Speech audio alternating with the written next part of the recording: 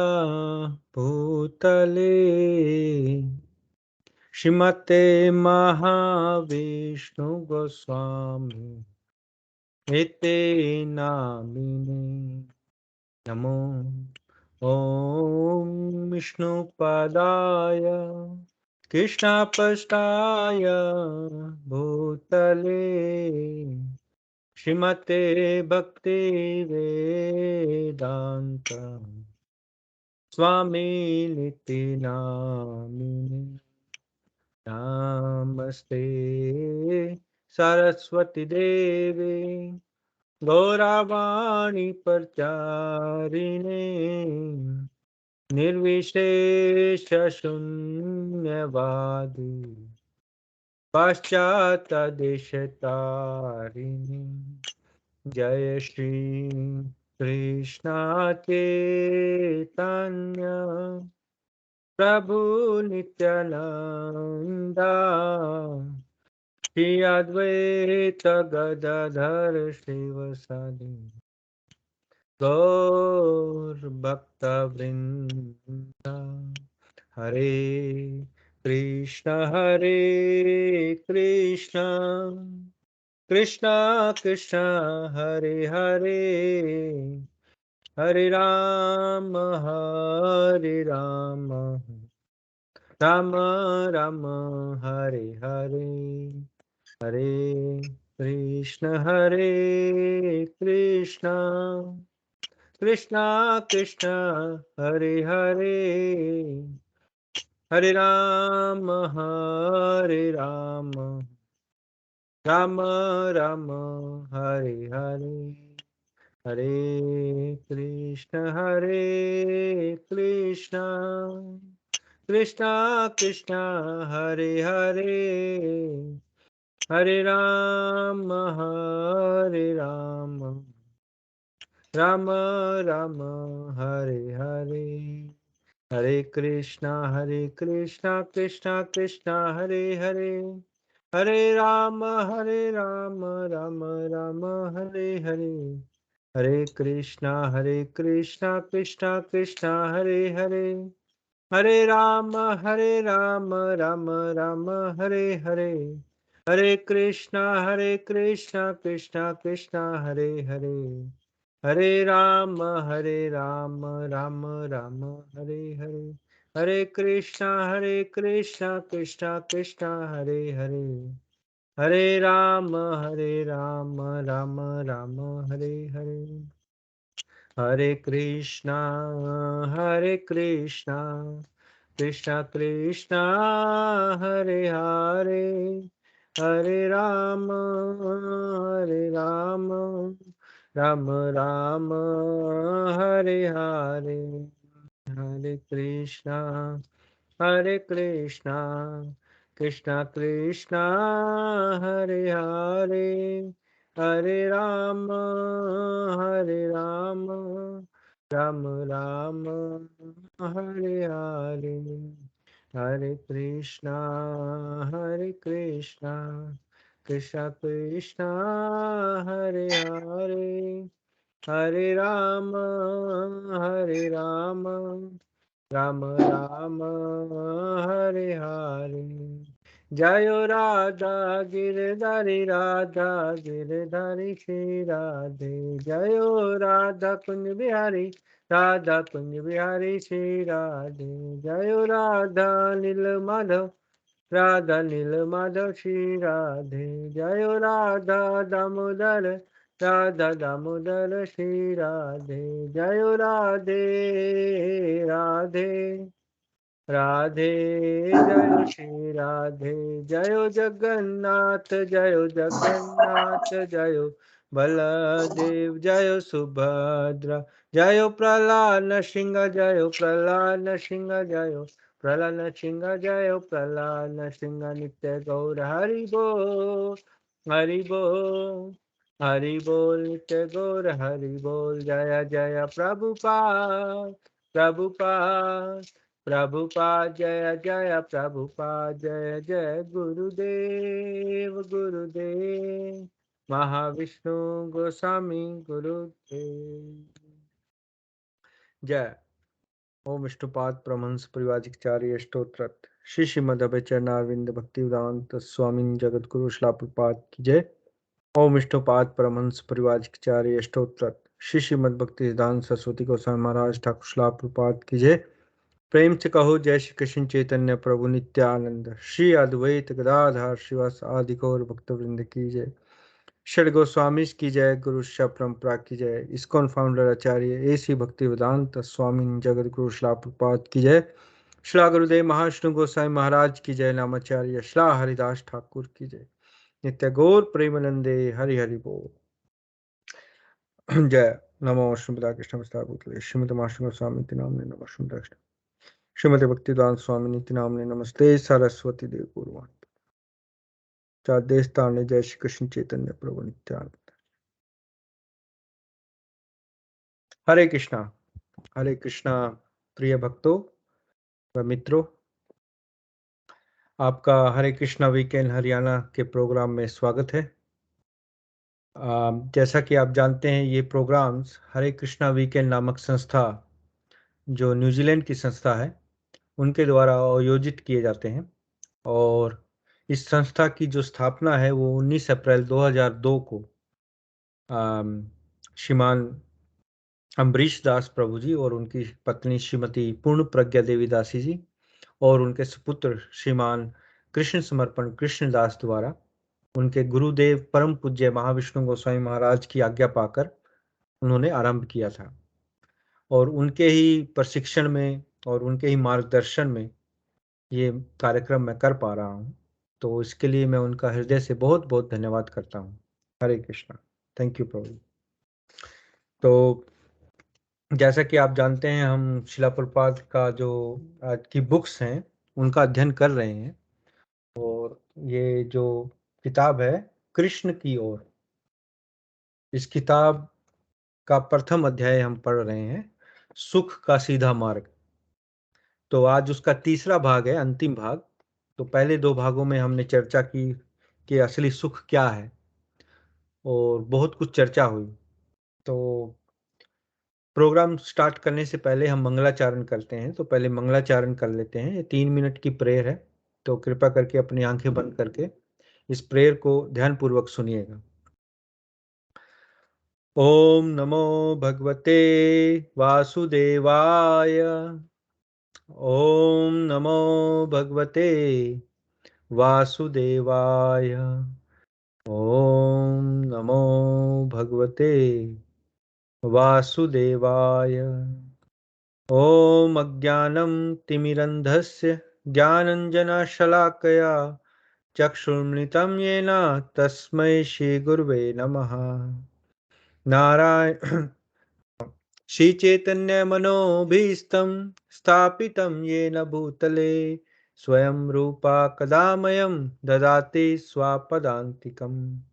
वन्देऽहं श्रीगुरो श्रीयुतापदकमलं श्रीगुरून् वैष्णवांश्च श्रीरूपं साग्रजातं सगणा रघुनाथं वितं तं सजीवं साद्वैतं सावधूतं परिजनसहितं कृष्णचैतन्यदेवं श्रीराधा कृष्णपदान् सगणा ललिता श्रीविशाखान्वितांश्च। हे कृष्णा करुणा सिंधु दीनबंधु जगतपते गोपेशा गोपिका कांता राधा कांता नमोस्तुते। तप्त कांचन गौरांगी राधे वृंदावनेश्वरी वृषभानुसुते देवी प्रणमामि हरिप्रिये। वाञ्छकल्पतरुभ्यश्च कृपा सिन्धुभ्यैव च पतितानां पावनेभ्यो वैष्णवेभ्यो नमो नमः। नमो ॐ विष्णुपदाय कृष्णपृष्ठाय भूतले श्रीमते महाविष्णु गोस्वामिन्निति नामिने। नमो ॐ विष्णुपदाय कृष्णपृष्ठाय भूतले श्रीमते भक्तिवेदांत स्वामिन्निति नामिने। नमस्ते सरस्वती देवे गौरवाणी प्रचारिणे निर्विशेष शून्यवादी पाश्चात्य देश तारणे। जय श्री कृष्ण चैतन्य प्रभु नित्यानंद श्री अद्वैत गदाधर श्रीवासादि गौर भक्त वृंद।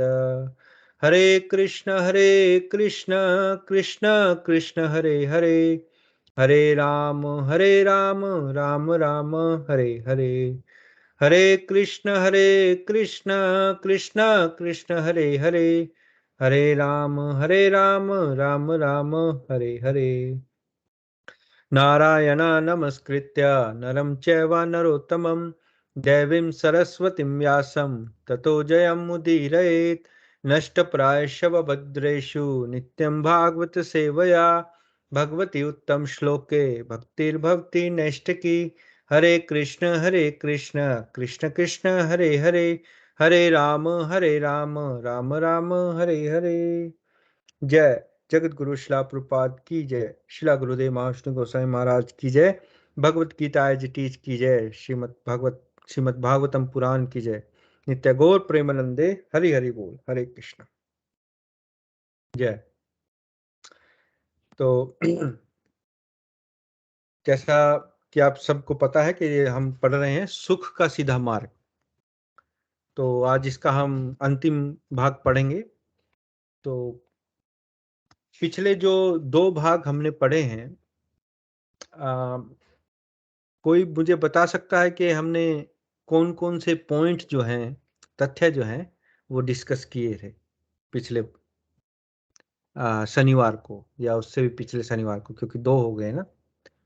थोड़ा बहुत आपको माइंड में याद है कि क्या हमने कोई ऐसा पॉइंट जो आपको लगा था? एक एक पॉइंट आप बता सकते हो। हरे कृष्णा प्रभु जी। हरे कृष्णा सुभाष जी, कैसे हैं? प्रणाम प्रभु जी। बस प्रणाम। आशीर्वाद है प्रभु जी आपका। एक आशीर्वाद प्रभु जी शिला सबसे प्रभुपाद। पिछली क्लास जो शनिवार 1 अप्रैल को जो क्लास हुई उसमें जो अजामल की आपने जो अजामल का उदाहरण दिया वो सबसे बड़ा और अपने ये क्लास में सबसे अच्छा हाँ टॉपिक था।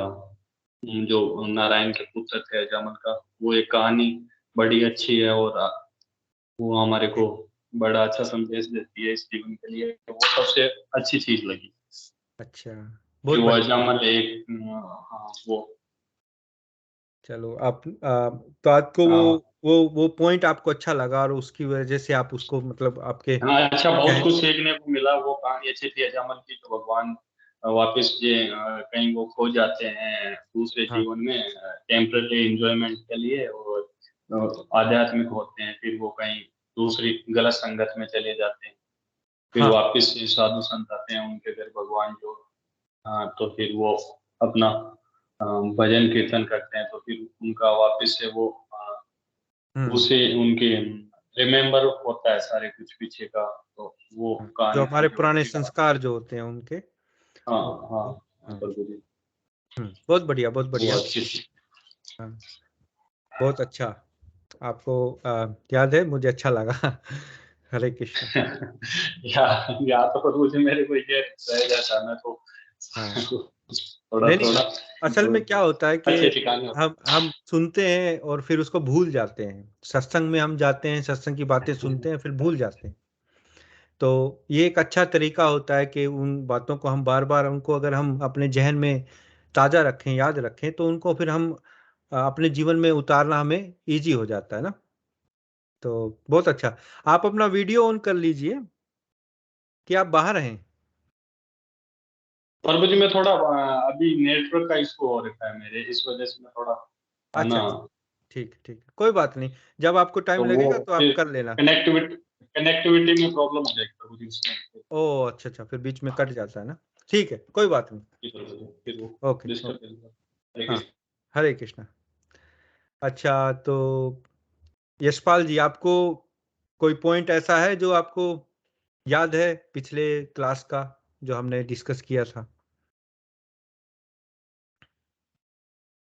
आपका माइक म्यूट है।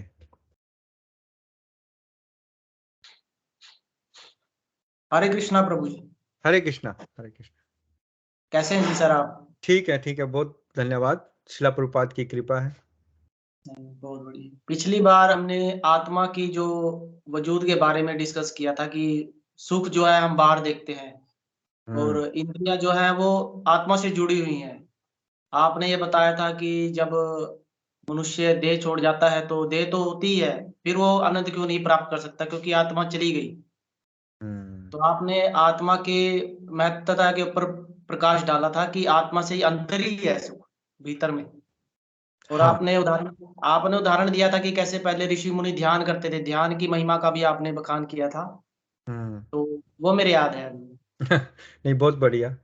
आपको कोई कोई एक तथ्य भी हमारे जहन में रहता है तो फिर वो अ, हमें हमारे मन को फिर वो आध्यात्मिकता की ओर खींचता है ना। जैसे आप कोई बॉलीवुड मूवी देखें या कोई सॉन्ग सुने, तो उसकी कहानी का कोई तथ्य आपको हमेशा आपके जहन में, हाँ मैंने वो मूवी देखी थी, उसमें ऐसे था, है ना, वो मैंने ऐसा गाना सुना था। तो ऐसे ही जब हम भगवान के नाम की चर्चा करते हैं, जब सत्संग करते हैं, जब हम किताब पढ़ते हैं शिला प्रभुपाद की, तो उन तथ्यों को डिस्कस करना बहुत जरूरी है ताकि वो हमारे जहन में तरोताजा रहें। और मुझे खुशी है कि आप लोगों को आ, तथ्य याद है। हरे कृष्णा। हरे कृष्ण। हरे कृष्णा। आम, डोली। हरे कृष्णा। हरे कृष्ण प्रभु जी। हाँ, हरे लास्ट जो आपने क्लासेस दी थी उसमें मुझे थोड़ा एकदम सब नहीं, पर कैसे हमने शिला प्रभुपाद जी ने ये बताया था कि कैसे अगर हम बाहर की संसारिक सुविधाएं और सब संसारिक जो एंजॉयमेंट्स हैं उनके पीछे भागते रहेंगे तो हमारा रास्ता थोड़ा मुश्किल हो जाता है। कैसे हम अपने अंदर ध्यान लगा के कैसे हम किस तरह से कि शिला प्रभुपाद की बुक्स के जरिए या उनके एसोसिएशन के जरिए डिवोटिस की हम ये रास्ते को अपना सरल बना सकते हैं। और हमने ये भी डिस्कस करा था इन लेटली क्लास में कि कैसे यहाँ पर भी हमने देखा कि कैसे पशुओं को जब तक कैसे यहाँ स्पेशली गाय को गाय जो गो हत्या है उसको उसका कितना वो है कि इस चीज हमारी भक्ति के कितने आड़े हैं। मतलब ये सब चीजें जो हम, जैसे शिला प्रभुपाद ने बताया कि बाइबल में तो दिया है कि दो दिस शुडंट किल, बट कैसे वो लोग फॉलो नहीं कर रहे हैं। और कैसे जैसे शिला प्रभुपाद और सब डिवोटिस जो भी है इस्कॉन संस्था जो है हमारी काउ प्रोटेक्शन का बहुत समर्थन करती है। हाँ, तो ये हमने उससे पिछले में किया था। हाँ ठीक है, चलो आपको कुछ तथ्य याद है उसका, बहुत अच्छी बात है। हरे कृष्णा। मेरे ख्याल से यहाँ गायत्री जी भी हैं, उनसे भी पूछ लेते हैं। अम, हरे हरे कृष्णा। कृष्ण जी। हरे कृष्णा। हाँ कैसे हैं आप? सब ठीक हैं? हाँ हाँ जी, सब बढ़िया जी। ठीक है, बढ़िया। तो सब आपको तो कोई तथ्य है याद आया है, मतलब जो हम पिछली क्लास में हमने डिस्कस किया हो? पिछले आपने पूछा कि सुख क्या है, सुख हाँ किस चीज में है, ठीक। और वो बिल्कुल सुख किसी भी चीज में नहीं है। सब अंगूरी है, चाहे कुछ भी हो जिसमें सुख की हम प्राप्ति करते हैं कि ये मिल जाएगा तो इसके बाद हमें दुख नहीं होगा, लेकिन थोड़े टाइम बाद वो चेंज हो जाता है। तो ये चेंज है जी यहाँ पे, और कुछ होता ही नहीं है। और सुख अंदर से आता है, बाहर की चीजों में नहीं। हाँ जी, हाँ जी। और ठीक। दूसरी क्लास में हमने पढ़ा था इंद्रियों की तृप्ति का। हाँ, वही मैं कि सोच रहा था कि कोई बताए मुझे, कि हमने संयम के बारे में बहुत डिस्कस किया था, इंद्रियों की संयम कैसे करें। ऐसे रोक सकते हैं, रोक तो नहीं सकते, लेकिन ये है कि हम भजन बंदगी सेवा करके हम सत्संग सुन के हम अपना मन बदल सकते हैं हाँ तो थोड़े टाइम के। हाँ, बहुत अच्छा आपने और भजन देगा तब फिर उसके ऊपर संयम हो जाएगा। ठीक ठीक, अच्छी बात है। हरे कृष्णा। तो ठीक है, चलो हम आज आगे चर्चा बढ़ाते हैं। तो आप सभी को बहुत बहुत धन्यवाद कि आपने तथ्य याद रखे, क्योंकि जनरली क्या होता है कि एक कान से सुनते हैं दूसरे से निकल जाता है। लेकिन असली जो सीरियसनेस है, जो हमारी गंभीरता है, वो इसी चीज से दिखती है कि हम कुछ याद भी रखते हैं कि नहीं। तो बहुत अच्छी बात है। हाँ, मैं यही पॉइंट मैं सोच रहा था कि कोई बताएगा कि हमने इंद्रियों के संयम के बारे में चर्चा की थी, कि जैसे जो अष्टांग योग होता है, योगा जो जिसको बोलते हैं आजकल, जिसमें हम ध्यान, प्राणायाम, आसन, यम, नियम, इन सब का पालन करते हैं ना, तो ताकि हमारी इंद्रियां कंट्रोल में हो। तो इन सब इंद्रियों के ऊपर मन जो है वो प्रधान होता है। मन इनको कंट्रोल करता है। जो हमारी सारी इंद्रियां हैं उनका जो चालक है वो मन है। तो आज हम पढ़ेंगे कि मन कैसे हमारा शत्रु भी है और कैसे हमारा मित्र भी है। तो मैं पढ़ना स्टार्ट करता हूँ। मेरे ख्याल से आज अशोक जी भी जुड़े हैं काफ़ी दिनों बाद। तो उन्होंने पिछले, मेरे ख्याल से उनको पता नहीं होगा अपने क्या चर्चा की है, तो आज वो सुन लेंगे, तो फिर बाद में डिस्कस करेंगे उनसे। ठीक। तो शिला प्रभुपाद कह रहे हैं कि मन सदा अस्थिर रहता है, यह कभी इधर जाता है कभी उधर जाता है। योगाभ्यास से हम मन को यथार्थ रूप में कृष्ण भावनामृत की ओर खींचते हैं, किंतु मन कृष्ण भावनामृत से अनेक बाह्य विषयों की ओर दौड़ता है, क्योंकि अनादि काल से और जन्म जन्मांतर से इसकी यही प्रवृत्ति रही है। फलतः साधक को प्रारंभ में अपने मन को कृष्ण भावनामृत की ओर उन्मुख करने में बड़ी कठिनाई हो सकती है, पर इन सभी कठिनाइयों पर विजय पाई जा सकती है। तो शिला प्रभुपाद इस पैरे में कहते हैं कि मन का स्वभाव ही है, कभी इधर जाता है कभी उधर। आपने भी नोटिस किया होगा, जब आप भजन पर बैठते हैं या कोई अपना कोई प्रक्रिया जो आपकी साधना की है, कोई भी है, चाहे मंत्र के जाप की है, चाहे ध्यान की है, तो मन टिकता नहीं है। और जैसे ही हम आंख बंद करके या आप ध्यान लगाते हैं या आप किसी मंत्र पर का जाप करते हैं, तो मन जाता है, थोड़ी देर में मन चला जाता है कि वो पिछला कोई याद आ जाएगा, है ना, कोई घटना याद आ जाएगी, 40 साल पुरानी, 20 साल पुरानी, 30 साल पुरानी, फलाने ने मेरे साथ ये किया था, है ना। वो फिर एकदम मन ऐसा एकदम क्रोधित हो जाता है कि मेरे साथ तो बड़ा अन्याय हो गया, या मैं उस टाइम उसका जवाब दे सकता था, या मैं कुछ कर सकता था तो नहीं कर पाया। तो ऐसे मन के अंदर जो है वेग चलते रहते हैं। ये हमेशा जैसे लहरें होती ना, आप कभी समंदर के पास गए होंगे या आपने टीवी में देखा होगा समंदर, तो समंदर में लहरें लगातार चलती रहती हैं। तो ऐसे ही हमारे मन के अंदर जो विचारों की लहरें हैं वो लगातार चल रही हैं। और जैसे भी उनको थोड़ा सा एजिटेट का मतलब उनको उकसाया जाता है, तो वो एकदम हमको अस्थिर कर देती हैं। एकदम जैसे किसी को ना कुछ सोच के एकदम गुस्सा आ जाता है किसी के बारे में, उसने बस एकदम। और कभी सोच के खुशी भी होती है कि हाँ, हंसी, देखा होगा कई लोग हंस पड़ते हैं तो पूछते हैं क्यों हंसे, कह रहे कुछ याद आ गया था इसलिए हंस गए। तो ऐसे ही ये लहरें हैं अप एंड डाउन की। तो आगे प्रभुपाद बताएंगे इसके बारे में। तो क्योंकि मन अशांत है और श्री कृष्ण की ओर उन्मुख नहीं है, अतः यह एक विचार से दूसरे विचार पर चला जाता है।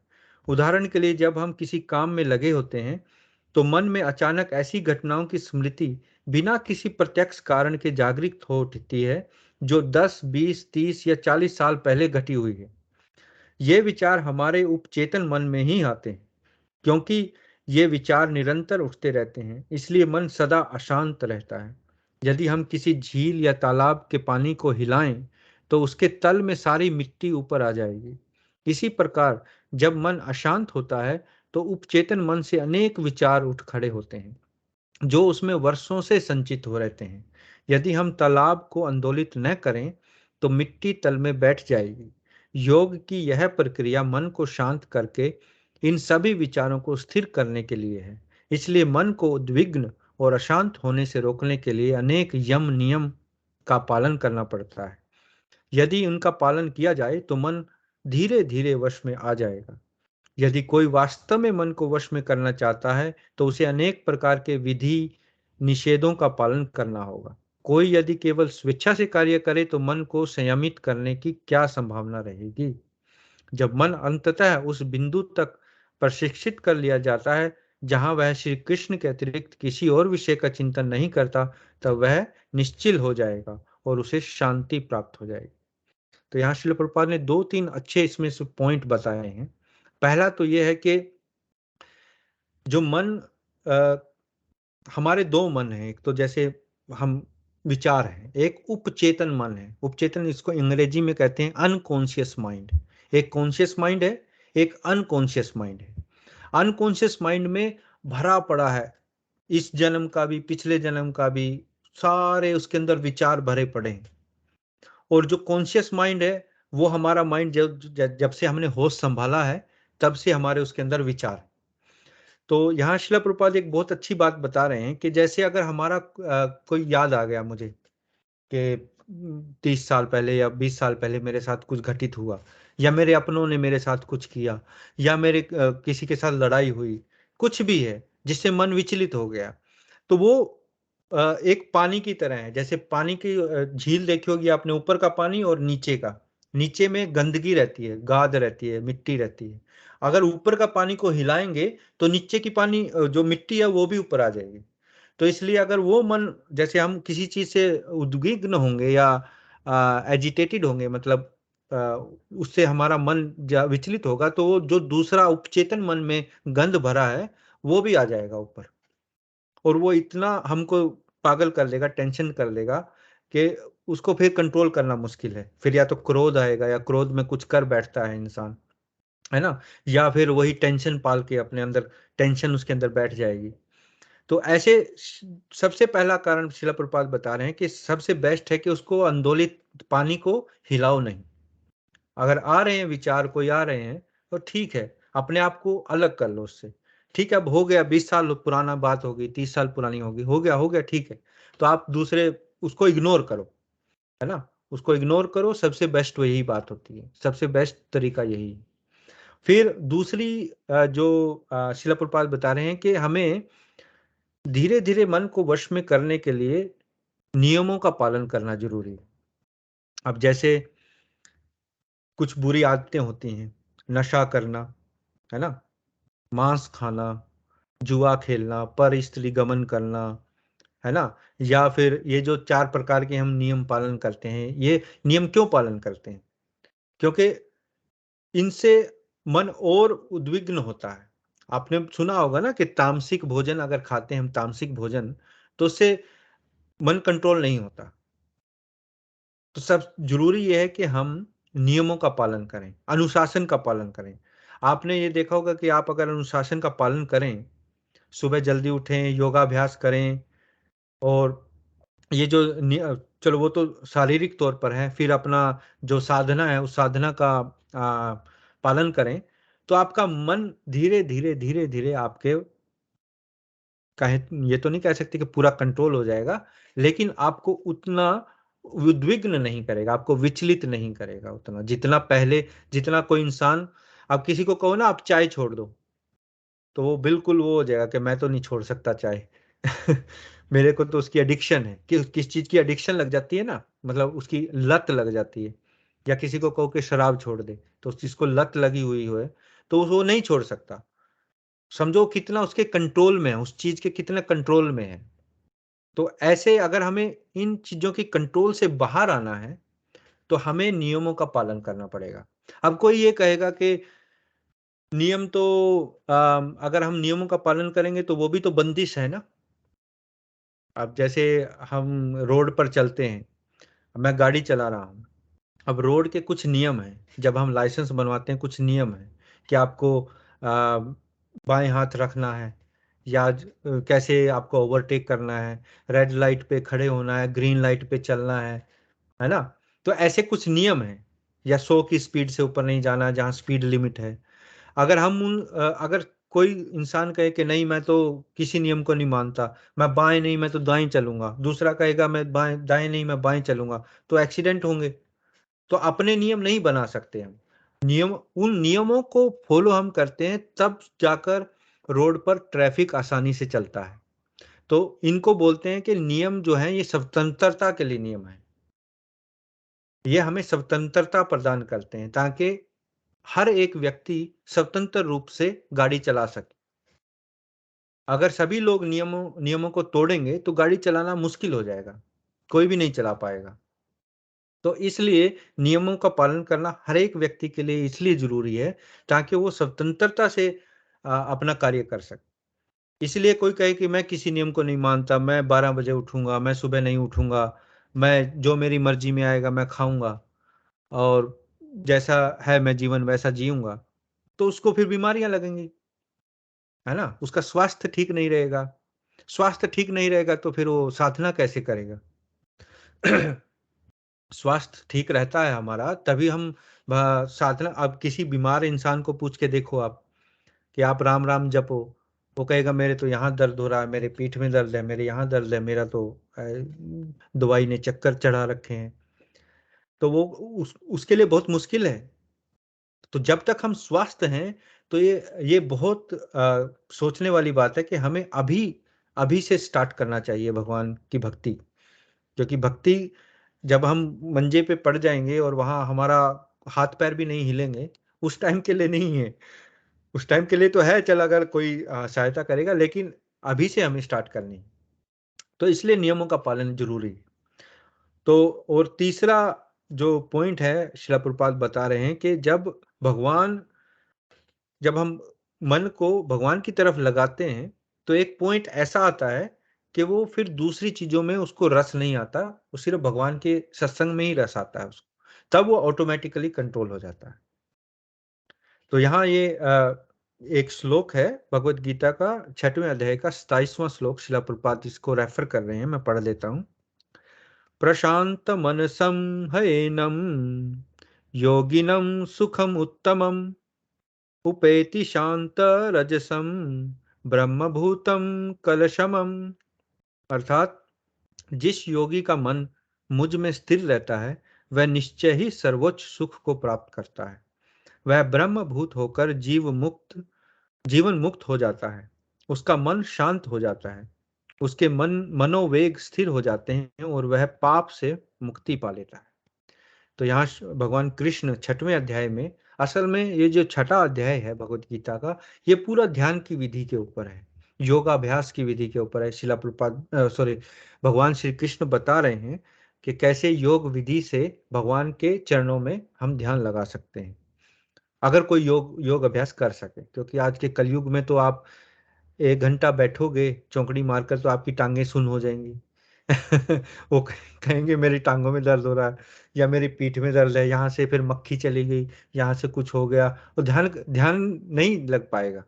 तो योगाभ्यास करना बहुत मुश्किल काम है कलयुग के अंदर। तो आगे शिला प्रभुपाद बता रहे हैं मनुष्य का मन निरंतर सुख के पदार्थों के लिए योजना बनाता रहता है। वह सदा यही सोचता रहता है मुझे यह सुखी बना देगा या वह सुखी बना देगा, सुख यहाँ है सुख वहाँ है। इस प्रकार मन हमें यहाँ वहाँ भटकाता रहता है। वह अनियंत्रित घोड़े से युक्त रथ पर आरूढ़ होने जैसा है। हमारा इस बात पर कोई नियंत्रण नहीं होता कि हम कहाँ जा रहे हैं। हम तो बस भयभीत हुए बैठे ही रह सकते हैं और निस्सहाय होकर देखते ही रह सकते हैं। किंतु जो ही मन कृष्ण भावनामृत की प्रक्रिया में लग जाता है, विशेष रूप से हरे कृष्ण कृष्ण कृष्ण हरे हरे, हरे राम राम राम हरे हरे के कीर्तन द्वारा, त्यों ही मन के अनियंत्रित घोड़े हमारे वश में आ जाएंगे। तो यहाँ शिला प्रभुपाद मन को की उपमा दे रहे हैं कि जैसे एक घोड़ा होता है ना जिसका कोई कंट्रोल नहीं है, और आप उस रथ में बैठ जाओ, वो अपनी मर्जी से कभी इधर जाएगा कभी उधर जाएगा, कभी वहां कभी तेज कभी स्लो, और आप भयभीत होकर बैठे रहेंगे कि कैसे मैं अपनी जान बचाऊं। तो मन की जो अनियंत्रित मन है उसकी जो उपमा है, मतलब उसका उदाहरण जो है शिला प्रभुपाद ऐसे घोड़े से करते हैं। और अगर हमारा मन शांत नहीं है, कंट्रोल नहीं है, तो फिर यही हाल होगा हमारा भी, कि हम कभी यहाँ भागेंगे सोचेंगे इसमें सुख है, कभी वहाँ भागेंगे कि वो चीज़ कर लूँ मैं उसमें सुख है, या किसी पदार्थ में सुख है, या मैं घूमने चला जाऊँ शिमला वहाँ सुख मिल जाएगा मुझे, या मैं किसी क्या कहते हैं इसको, बीच होते हैं ना बीच, गोवा जैसे गोवा है वहाँ चला जाऊँ वहाँ मुझे सुख मिलेगा। वो इंद्रियां तृप्ति के साधन हो सकते हैं, लेकिन उनसे सुख नहीं मिलता। तो आगे श्रील प्रभुपाद बता रहे हैं, हमें अपने जीवन के प्रत्येक क्षण को कृष्ण की सेवा में लगा देना चाहिए, जिससे यह उद्विग्न और अशांत मन हमें व्यर्थ ही इस नाशवान भौतिक जगत में सुख की खोज में एक पदार्थ से दूसरे पदार्थ की ओर खींच न ले जाए। आगे 6वें अध्याय का 28वां श्लोक भी श्रील प्रभुपाद बता रहे हैं, युञ्जनेवं सदात्मानं योगी विगत कल्मषः सुखेन ब्रह्म संस्पर्शम अत्यंतम सुखम अश्नुते। अर्थात समस्त भौतिक पापों से मुक्त होकर आत्मा में स्थित हुआ योगी परम चेतना में रहकर आनंद की चरम स्थिति को प्राप्त कर लेता है। मतलब जो समस्त भौतिक पापों से मुक्त होकर आत्मा में स्थित हुआ योगी, ये योगी का उदाहरण दिया है जो योग अभ्यास करते हैं, जो अपने मन को कंट्रोल करते हैं, अपनी इंद्रियों को कंट्रोल करते हैं, वो ऐसी चरम आनंद की स्थिति में पहुंच जाते हैं, उनको भीतर से आनंद मिलता है। असल में सुख या आनंद जिसको कहें वो भीतर से आता है, वो बाहरी चीजों में नहीं होता है ना। तो यही हम पढ़ रहे हैं, सुख का सीधा मार्ग। तो श्री कृष्ण अपनी शरण में आए हुए भक्त के लिए सब प्रकार से आश्रयदाता बन जाते हैं। जब मनुष्य कठिनाई में होता है तो उसका संरक्षक उसकी रक्षा करता है। भगवत गीता में कहा गया है कि श्री कृष्ण प्रत्येक प्राणी के सच्चे मित्र हैं और हमें तो केवल उनसे अपनी इस मैत्री को पुनर्जागृत करना है। इस मैत्री को पुनः जागृत करने का तरीका है कृष्ण भावनामृत की प्रक्रिया। कृष्ण भावनामृत के अभ्यास द्वारा भौतिक सुखों की अंधी कामना शांत हो जाएगी। यह अंधी आसक्ति ही हमें कृष्ण से दूर किए हुए है। श्री कृष्ण हमारे हृदय में निरंतर विराजमान हैं। वे अपनी ओर उन्मुख होने के लिए हमारी प्रतीक्षा कर रहे हैं, परंतु दुर्भाग्यवश हम भौतिक इच्छाओं के पेड़ के फल खाने में अतिशय लीन हैं। भौतिक सुखों को भोगने की यह तामसी विवशता समाप्त होनी चाहिए और हमें अपनी वास्तविक पहचान ब्रह्म यानी शुद्ध आत्मा में स्थित हो जाना चाहिए। जय श्रील प्रभुपाद की जय। तो इस अंतिम पैरे में श्रील प्रभुपाद बता रहे हैं कि जो भगवान श्री कृष्ण है वो हमारे सच्चे मित्र हैं, है ना। जैसे कोई मित्र होता है, हम उससे हर चीज बता देते हैं, है ना, और हर चीज उससे पूछते हैं, उसकी से सलाह लेते हैं। लेकिन इस भौतिक जगत में ऐसा सच्चा मित्र मिलना बहुत मुश्किल है, क्योंकि सभी अपना स्वार्थ देखते हैं। सभी देखते हैं कि इससे मुझे क्या फायदा मिल जाएगा, है ना, मैं इसको क्या सलाह दूं कि ये मेरा आगे चल के मेरे वश में हो जाए या मेरा इससे फायदा मिल जाए।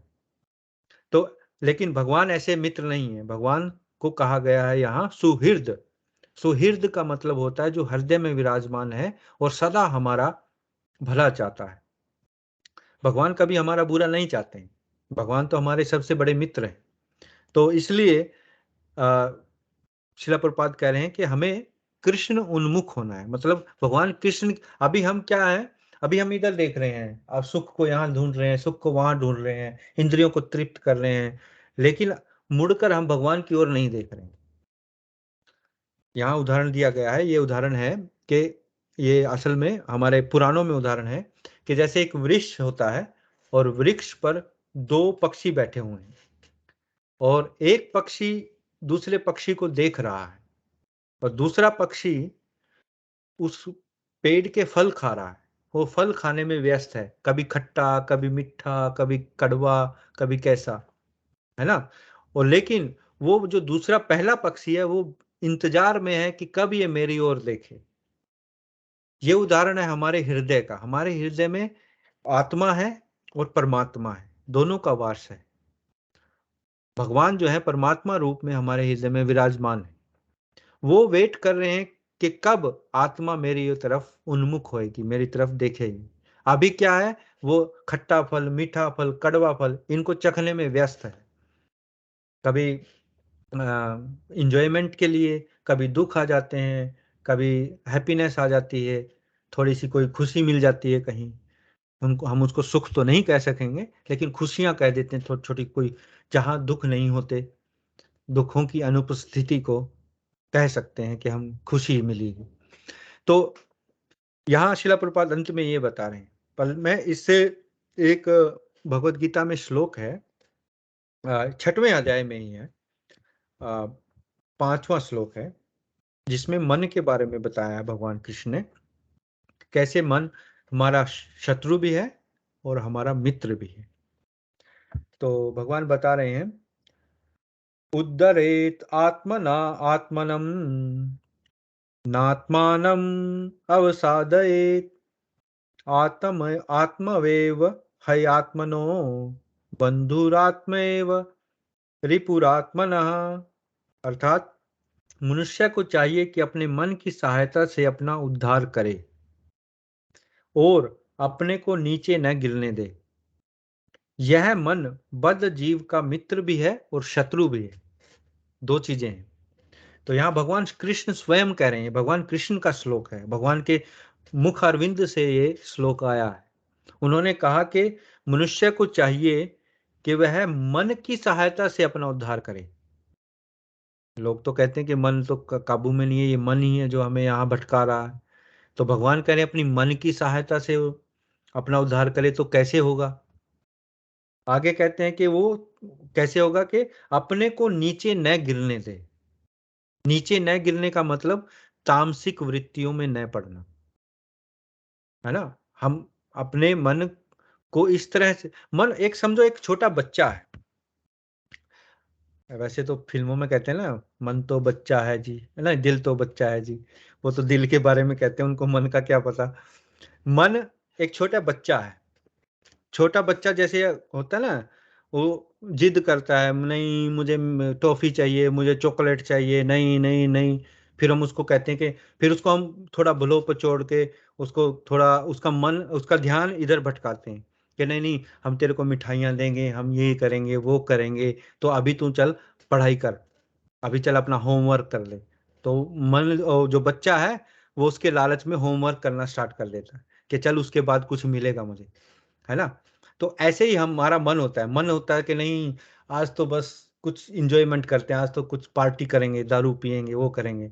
लेकिन अगर जैसे हम अपनी अगर बुद्धि का इस्तेमाल करें, जैसे भगवान कह रहा है कि हम उसके नीचे न गिरने दें, तो हम उसको कहें कि चलो ठीक है, पार्टी करनी है तो चलो कहीं ऐसी जगह जाते हैं जहाँ भगवान का कीर्तन होता है, या उसको थोड़ा टाल दें कि हम चल बाद में करेंगे पार्टी, अभी हम सत्संग कर लेते हैं या भगवान शिला प्रभुपाद की कोई बुक पढ़ लेते हैं। तो ऐसे उसको बहुत ही डेलिकेटली हमें हैंडल करना पड़ता है। डेलिकेटली मतलब बहुत ही सावधानी पूर्वक, कि कैसे उसको वो मन में हमारा मन उस तरफ नीचे की तरफ ना गिरे, चाहे हमें कुछ ना कुछ उसका बहाना बनाना पड़े। तो इसलिए यहाँ भगवान कह रहे हैं कि नीचे ना गिरने दें। तो आगे लास्ट में कह रहे हैं भगवान, यह मन बद्ध जीवों का मित्र भी है और शत्रु भी है। तो यह मित्र भी है हमारा और शत्रु भी है हमारा। शत्रु कब है? जब ये हमें भटकाता है, कभी इधर कभी उधर, कभी ऊपर कभी नीचे, जब हमें ये नचाता है तो ये हमारा शत्रु। और मित्र कब है? जब ये भगवान की तरफ लग जाए, जब वह हमें आनंद मिलने लग जाए कि हाँ हाँ भाई शनिवार को तो प्रोग्राम होता है, हमें प्रोग्राम में जरूर जाना है, वहाँ शिला प्रभुपाद और भगवान कृष्ण के बारे में सुनेंगे, तो तब वो मित्र की तरह काम करता है। लेकिन अगर वो कहेंगे कि बस क्या है, चलो थोड़ा मूवी देख लें या कुछ और देख लें या कुछ और ऐसा कुछ कर लें, क्या सत्संग तो रोज ही सुनते हैं, तो फिर वो शत्रु की तरह काम करता है। तो यहाँ भगवान दोनों का उदाहरण दे रहे हैं। तो इससे जो अगला श्लोक है, अगले श्लोक में भी भगवान कह रहे हैं कि बंधुरात्मानम आत्मनतस्य येनात्मेवात्मन जितः अनात्मनस्तु शत्रुत्वे वर्तेतात्मेव शत्रुवत्। अर्थात जिसने मन को जीत लिया है उसके लिए मन सर्वश्रेष्ठ मित्र है, किंतु जो ऐसा नहीं कर पाया उसके लिए मन सबसे बड़ा शत्रु बना रहेगा। तो यहाँ भगवान उसी जो पहले श्लोक में उन्होंने कहा उसको आगे थोड़ा सा खोल के बताया भगवान ने, कि जिसने मन को जीत लिया तो उसका सबसे बड़ा मित्र है मन। और जो ऐसा नहीं कर पाया उसका सबसे बड़ा शत्रु है ना। कोई हमारा अगर सबसे बड़ा शत्रु है, जिसको हम कहेंगे ये तो मेरा सबसे बड़ा दुश्मन है, वो हमारा सबसे बड़ा दुश्मन नहीं है। जो अनकंट्रोल्ड मन है वो हमारा सबसे बड़ा दुश्मन है। और यहाँ छोटा सा परपट है, तात्पर्य है शिला प्रभुपाद का, मैं पढ़ देता हूँ। शिला प्रभुपाद कह रहे हैं कि अष्टांग योग के अभ्यास का प्रयोजन मन को वश में करना है, जिससे मानवीय लक्ष्य प्राप्त करने में वह मित्र बना रहे। मन को वश में किए बिना योगाभ्यास करना मात्र समय को नष्ट करना है।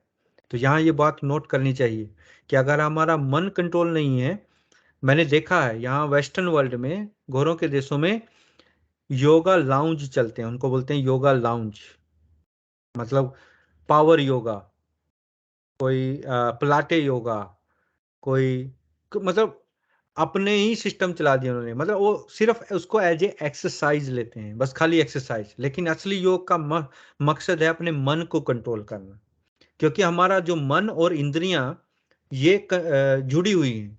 जब हम योगाभ्यास करके अनुशासन में आते हैं तो हमारा मन कंट्रोल होता है। लेकिन उनके लिए ये खाली सिर्फ बस बॉडी को हेल्दी करो ताकि हम ज़्यादा से ज़्यादा इंजॉय कर सकें।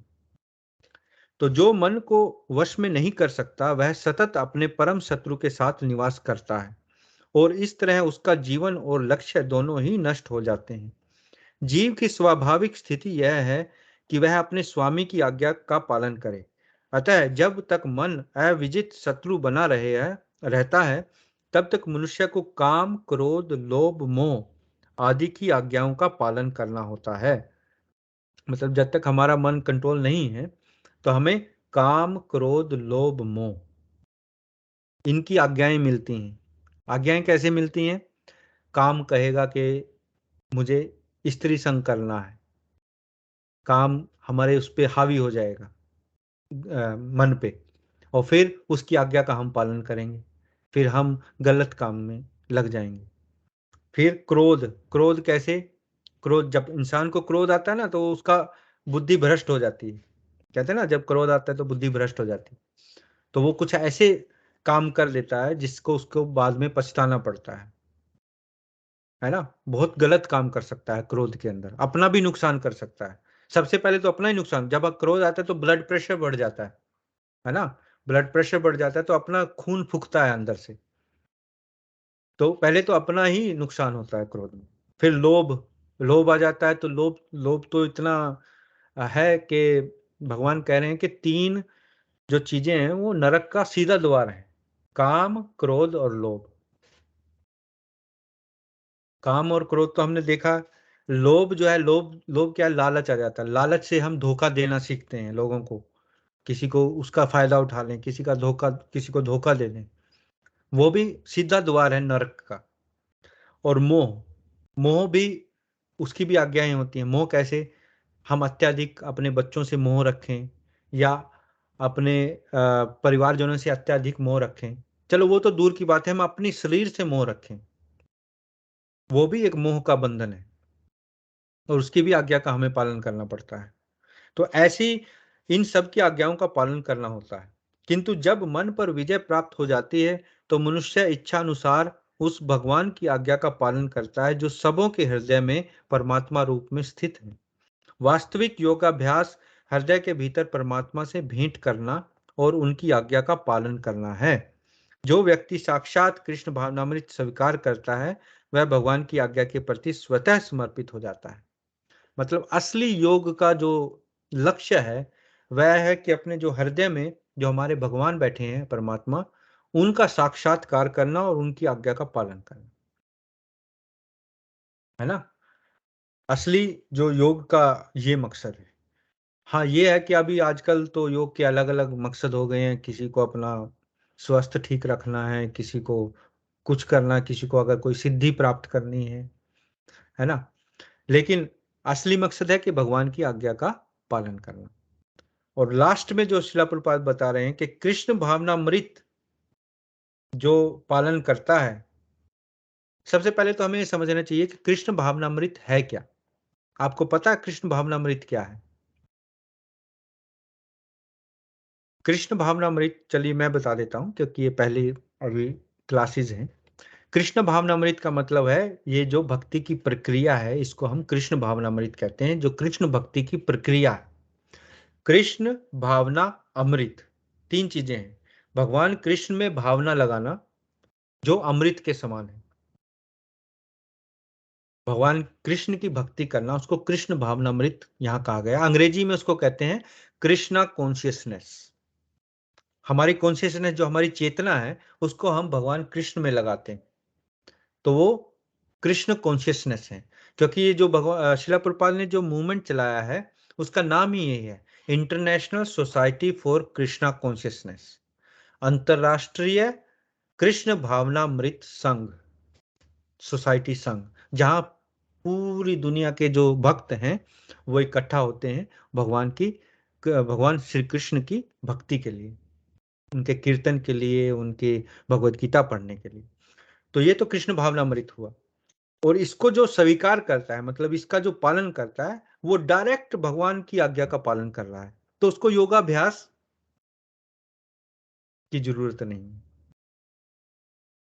एक्सरसाइज के लिए कर सकता है, पर जो साक्षात्कार करते हैं वो बहुत कठिन है, क्योंकि वो कलयुग में पॉसिबल नहीं, आम जन के लिए पॉसिबल नहीं। और कैसे हम ये कैसे कह सकते हैं कि कृष्ण भावनामृत का जो पालन करता है वो डायरेक्ट भगवान का की आज्ञा का पालन करता है? इसका सबसे बड़ा उदाहरण है जब हम भगवत गीता का पालन करते हैं, क्योंकि कृष्ण भावनामृत का मतलब हम भगवत गीता को पढ़ते हैं, भगवत गीता में जो लिखा है उसका पालन करते हैं। तो भगवत गीता में भगवान ने यही कहा है 18वें अध्याय के 66वें श्लोक में, सर्वधर्मान परित्यज्य मामेकम शरणम व्रजा अहम त्वम सर्व पापेभ्यो मोक्षयिष्यामि मा शुचा। मतलब सारे प्रकार के धर्मों को छोड़कर एक मेरे शरण में आ जाओ, मैं तुम्हें मोक्ष प्रदान करूंगा, डरो मत। तुम्हारे सारे पापों से तुम्हें मोक्ष मुक्ति प्रदान करूंगा, तुम डरो नहीं, बस इस आज्ञा का पालन करो, तो तुम उस योगी के बराबर हो जाओगे जो कई कई हजारों वर्ष बैठकर भगवान अपने जो हृदय में परमात्मा रूप का साक्षात्कार करता है और उनकी आज्ञा का पालन करता है। और जब हम डायरेक्ट जो भगवान ने, हम इतने सौभाग्यशाली हैं कि हमें भगवत गीता मिली है, और भगवान कृष्ण अभी 5000 वर्ष पूर्व हुए यहाँ आए थे पृथ्वी पर और अपनी लीला की थी। नहीं तो आप इमेजिन करो कि कितने करोड़ों वर्ष से लाखों वर्ष का एक कलयुग है, फिर उससे पहले सतयुग, त्रेता युग, द्वापर युग, सतयुग है। हाँ, उनमें भगवान के अवतार हुए हैं, मैं ये नहीं कह रहा हूं कि नहीं हुए हैं, लेकिन भगवत गीता जो भगवान ने डायरेक्ट दी है उसका कितना महत्व है। और उसमें उन्होंने जो एक आज्ञा दी और उस आज्ञा का हम पालन अगर कर रहे हैं शिला प्रभुपाद की कृपा से, उनकी मार्गदर्शन में, तो कितनी बड़ी बात है, बड़े बड़े योगी नहीं कर सकते। तो इसका बहुत हमें ये इस पॉइंट ऑफ व्यू से हमें सोचना चाहिए कि कृष्ण भावनामृत को हमें कोई तुच्छ चीज नहीं समझनी चाहिए कि ये तो क्या है, बस हरे कृष्णा करते रहो, नाचते रहो और कुछ नहीं है। नहीं, ऐसा नहीं है। आपको भगवत गीता का अध्ययन करना है, उसको समझना है, उसको अपने जीवन में उतारना है, और फिर भगवान के नाम का कीर्तन तो है, फिर प्रसाद बनाना है, भगवान को अर्पण करना है, लोगों में वितरित करना है, जिससे लोगों का भगवान की तरफ ध्यान बढ़े। तो ये खाली बस नाचना गाना नहीं है, इसमें तो बहुत सारे काम है, बहुत सारे काम है कृष्ण भावनामृत में। तो इसलिए जो जो मन को कंट्रोल करने का सबसे आसान तरीका कलयुग में बताया गया है भगवान के नाम का जाप, भगवान कृष्ण के नाम का जाप अगर हम करें, और सबसे जो वेदों में हमारे दिया हुआ है जो मंत्र है 16 अक्षर का, हरे कृष्ण कृष्ण कृष्ण हरे हरे, हरे राम राम राम हरे हरे, अगर इस मंत्र का हम जाप करते हैं तो मन को कंट्रोल करना बहुत इजी है। क्योंकि इस मंत्र से, मंत्र पहले तो हमें सोचना चाहिए मंत्र, मंत्र का मतलब क्या होता है। मंत्र 2 अक्षरों से बना हुआ है, मन त्र, मतलब जो मन को मन त्रायते, जो मन को तार ले, मन को कंट्रोल करे, उसको मंत्र बोलते हैं। जब हम मंत्र का जाप करते हैं तो मन कंट्रोल होता है। इसी हमें नाम से ही पता लगता है। कृष्ण संस्कृत भाषा में कितना मतलब ये अच्छी भाषा है कि इससे हमें शब्द से ही पता लगता है कि मन त्रायते, मंत्र। तो इसलिए मंत्र का जाप करना बहुत जरूरी है ताकि हमारा मन कंट्रोल रहे। तो यहाँ शिला प्रभुपाद ने जो पहला अध्याय था, सुख का सीधा मार्ग, बड़े अच्छे से हमने 3 भाग में हमने समझा कि सबसे पहले कि सुख क्या है, सुख, असली सुख क्या है, फिर मतलब इंद्रियों का संयम कैसे करना चाहिए, और फिर मन को कैसे कंट्रोल होगा। अगर इंद्रियों का संयम होगा फिर मन कैसे कंट्रोल होगा, और मन ही हमारा सबसे बड़ा शत्रु है और मन ही हमारा सबसे बड़ा मित्र है। तो अब हम थोड़ा सा प्रश्न उत्तर करेंगे, थोड़ा डिस्कशन करेंगे जो हमने पढ़ा है, और इसका थोड़ा रिवीजन भी करेंगे। तो हम स्टार्ट करते हैं। हरे कृष्णा। डोली, हम आपसे स्टार्ट करेंगे। हरे कृष्ण प्रभु जी। हरे कृष्ण। तो आज का जो सेशन था हमने कंक्लूड किया, मतलब समाप्त किया ये अध्याय। तो इससे आपको पूरे अध्याय का जो आप रिकैप करके हमें मुझे बताएंगी, कोई मतलब कैसे आप इसको समझेंगे? सो इस अध्याय में कैसे, मुझे बहुत अच्छा लगा कैसे श्रील प्रभुपाद हमेशा यही बात करते हैं कि मन को कंट्रोल करना का एक ही रास्ता है, वो जो है कि मंत्र। आपने कहा, बल्कि इसको मंत्र नहीं, हम तो महामंत्र कहते हैं इस्कॉन में। दिस इज महामंत्र, सबसे ऊपर का जो मंत्र है। तो कैसे ये हम प्रैक्टिस कर रहे हैं अब इस टाइम कि किस तरह से हम अपने जो है अध्यात्म की तरफ लगाएं अपने मन को। पर ये कैसे एक ही दिन में या एक रात में संभव ही नहीं है, और इसकी कैसे ये धीरे धीरे प्रैक्टिस है जो हम आप सिखा रहे हैं हमें कि कैसे मन को अपने हाथों में, कैसे मन पे नियंत्रण करना है। और इसका ये जो है महामंत्र, एक ही रास्ता है कि कैसे चाहे हम कुछ भी कितना ही भजन सिमरन कर ले, सुन ले, पर जैसे ही हम आते हैं उससे बाहर, तो फिर वही हमारे मटेरियल वर्ल्ड की पॉलिटिक्स शुरू हो जाती है। तो इस अध्याय से मैं यही जो मैंने कंक्लूड करा है वो यही है कि the only way to approach Krishna के उनको पाने का एक ही रास्ता जो है और अपने मन को नियंत्रण करने का है भगवान का महामंत्र। और उनके डिवोटीज के एसोसिएशन और रीडिंग ये तो सब है ही, पर बहुत ही बड़ा जो है योगदान है महामंत्र का हमारे जीवन में। क्योंकि ये बताया गया है कि भगवान के नाम में और भगवान में कोई अंतर नहीं है, क्योंकि भगवान पूर्ण है। पूर्ण का मतलब ये होता है कि उसमें कोई अधूरापन नहीं होता है। भगवान पूर्ण है। पूर्ण है तो मतलब जब हम बोलते हैं ना हरे कृष्ण, तो इसका मतलब भगवान हमारी जीभ पर हैं। वो दूर नहीं है, कहीं दूर नहीं बैठे हैं कि गोलोक वृंदावन में बैठे हैं और यहाँ कैसे आएंगे। उनके लिए ये असंभव नहीं है, उनके लिए सब कुछ संभव है। तो इसलिए जब हम मंत्र का जाप करते हैं तो हम उस पर ध्यान लगाते हैं, जो हम शब्द बोलते हैं, जैसे हरे कृष्ण हरे कृष्ण। हरे का मतलब होता है भगवान की शक्ति, राधा रानी। कृष्ण का मतलब है भगवान कृष्ण का नाम, भगवान स्वयं। तो हम दोनों को पुकार रहे हैं, राधा जी को और कृष्ण को, कि हमें अपनी सेवा में लगाएं। और भगवान राम भगवान श्री कृष्ण है।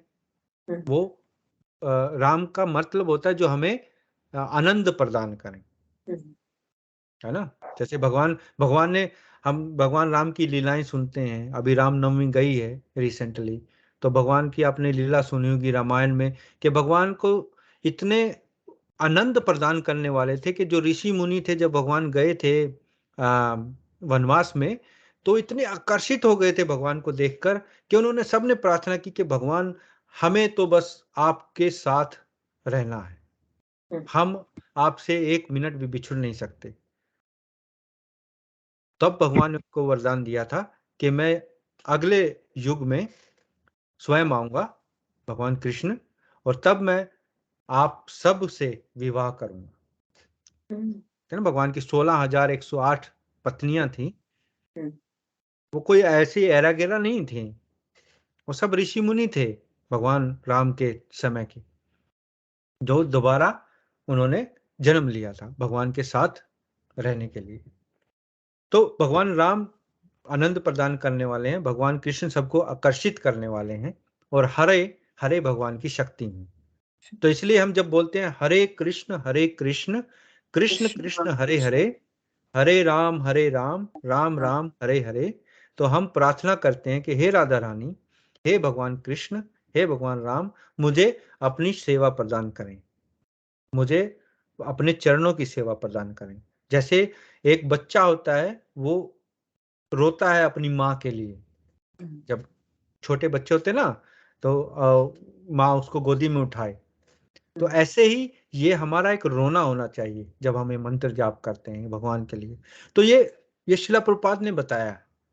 ऐसा नहीं है कि मैं इसमें बड़ा इसमें ज्ञानी हूँ, ये जो सब कुछ है शिला प्रभुपाद ने हमें बताया है, शिला प्रभुपाद ने लिखा है कि ऐसे हमारा मूड होना चाहिए जब हम मंत्र का जाप करते हैं, जिससे हम भगवान के शरण में जाएं। तो मन अपने आप कंट्रोल होगा। मन क्यों नहीं कंट्रोल होगा? क्योंकि मन को सब कुछ मिल रहा है। अब जब हम कृष्ण भावनामृत, जब हम कृष्ण भक्ति का पालन करते हैं, तो क्या नहीं है, 56 भोग लगाते हैं भगवान को, तो हमारी जीभ संतुष्ट होती है, अलग अलग प्रकार के व्यंजन खाने को मिलते हैं, है ना। हमें डांस करना है, बजाय के डीजे पे कहीं डांस करने के, हम भगवान के कीर्तन में डांस कर सकते हैं, कितना अच्छा लगता है ना। भगवान के कितने अच्छे अच्छे भजन हैं, हम भजन सुनते हैं, हमारे कानों को, मन को कितनी अच्छा लगता है म्यूजिक सुनना ना, म्यूजिक, है ना। तो कितने इंस्ट्रूमेंट बजा सकते हैं लोग, तो बहुत कुछ इंस्ट्रूमेंट बजाते हैं कीर्तन में। तो क्यों नहीं कंट्रोल होगा? क्योंकि उसको ये ऐसी ऐसी चीजें चाहिए मन को, तो वो सारी चीजें यहाँ मिलती हैं, इसलिए। तो ठीक है, बहुत बढ़िया, अच्छा आपका ऑब्जर्वेशन है। हरे कृष्ण। हरे कृष्ण। हाँ, बहुत ही संपूर्ण है। कि जैसे शिला प्रभुपाद हमेशा से कहते हैं, जैसे हम इसको फॉलो भी करें, और मंदिर में हम जाते हैं, देखते हैं कि कितना वहां पे हर देखा है आपने कि कितना ही हर इतवार को और फेस्टिवल्स पे प्रसादम है, सब कुछ है भगवान के नाम पर ना, कीर्तन है। और कुछ भी अगर हम अडॉप्ट करते हैं तो कुछ भी इसमें मुझे तो किसी भी चीज की मिसिंग नहीं लगता, कि ऐसे नहीं है। दूसरों को लगता है कि आप लोग ये नहीं खा रहे, यहाँ नहीं जा सकते ही नहीं, पर हम जब हैं वहां, हमें तो ऐसे कभी नहीं लगता है कि और कितना कुछ। एंजॉय करते हैं, मैंने देखा लोग आते हैं तो वो कीर्तन में एंजॉय करते हैं, मंदिर में एंजॉय करते हैं। ऐसा नहीं मैंने देखा कोई इंसान आया मंदिर में और बहुत दुखी हो गया हो, नहीं, जाकर वहां आके खुश हो जाता है ना। सब कुछ जब मिलता है वहां, तो इसलिए भगवान की भक्ति पूर्ण है, क्योंकि भगवान पूर्ण है, कोई अधूरापन रह ही नहीं सकता जीवन में। ठीक, हरे कृष्ण। हरे कृष्णा यशपाल जी। हरे कृष्णा। हरे कृष्ण। आपका इस अध्याय में क्या रियलाइजेशन है आपकी, क्या आपको अच्छा लगा, कैसे है, या कोई आज के तथ्य या पुराने, पूरा अध्याय का सार आप शेयर कर सकते? अध्याय प्रभु जी अब रोज तो नहीं, मतलब जैसे जैसे हम पढ़ते हैं सीखने को मिलता है, नया नया अनुभव होता है। क्या है, जैसे माता जी कहती हैं कि हम उनके संपर्क में है, कि आप जाते हैं वहां पर अनुभव होता है। तो ऐसे ही जब तक हम संघ में नहीं जाएंगे तो हमें पूर्ण ज्ञान नहीं मिलेगा। तो संगति होना बहुत जरूरी है। और दूसरा आपने कहा कृष्ण भावनामृत, वो भी आज आपने बताया। तो भावना को लगाना ये बहुत बड़ी बात है, हर कोई नहीं लगा पाता भावना।